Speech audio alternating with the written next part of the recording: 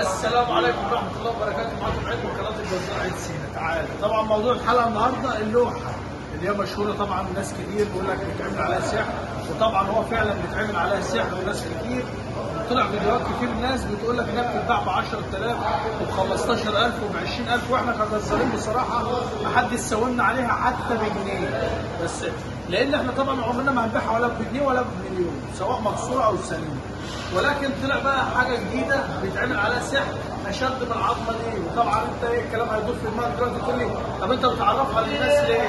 احنا عارفين ان هي بتتعمل عليها سحر بس بدات تنتشر وبدات الناس تطلعها من المقابر، حملات اللي هي بتعمل عمليات تنظيف للمقابر من الاعمال والسحر. طبعا بيطلعوا اللوحه دي كتير يا عم احمد، طلعوا اللوحه دي كتير. اكتشفنا كمان مؤخرا ان الناس اللي بتنظف المقابر وبتطلع العظم اللي بتعمل عليه سحر، طلع العظمه ديت اللي هي طبعا مشهوره اللي هي الصاموله بتاع الكتف بتاع الفخده بتاع الربع الخلفي للعين.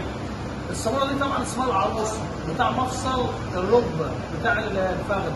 العروسه ديت اشهر الاعمال بتتعمل للعرسان، يعني ديت اتشهرت اليومين دول.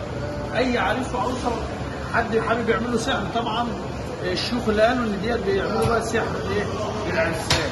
طيب علاجها ايه بقى؟ طبعا دي علاجها ان احنا بنكسرها كده خلاص بطلت، ما ينفعش نعمل عليها سحر. ديت هيتعمل لها ايه؟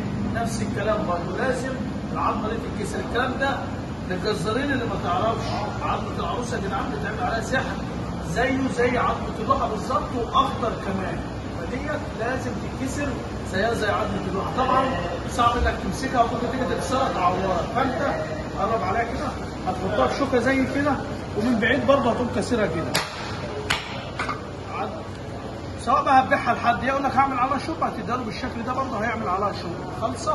لازم تتكسر عظمه العروسه ديت اللي غرقت الدنيا دلوقتي، وبعد ما اتهرشت عظمه اللوحه طبعا بيقعد بقى جزار طبعا في الارياف او في المناطق اللي هي بيبقى ما فيهاش وعي قد كده زي المدن، والناس ما الجزارين ما بيبقوش بيمسكوا تليفونات وبيقعدوا مثلا بيحدثوا من نفسهم، فبيديها لك عادي ان انت تعمل بقى شوربه. ففي ناس بتعمل عليها سحر، واللي عرفناها طبعا انتشرت وبقت تطلع من المقابر كتير قوي في الفتره اللي فاتت. فيا ريت نخلي بالنا سواء جزارين او زباين او الناس اللي هي بتضحي في العيد، ممكن يرمى على الميه زي ديت ويقول مش هستخدمها، واحد مؤذي ياخدها يعمل بيها.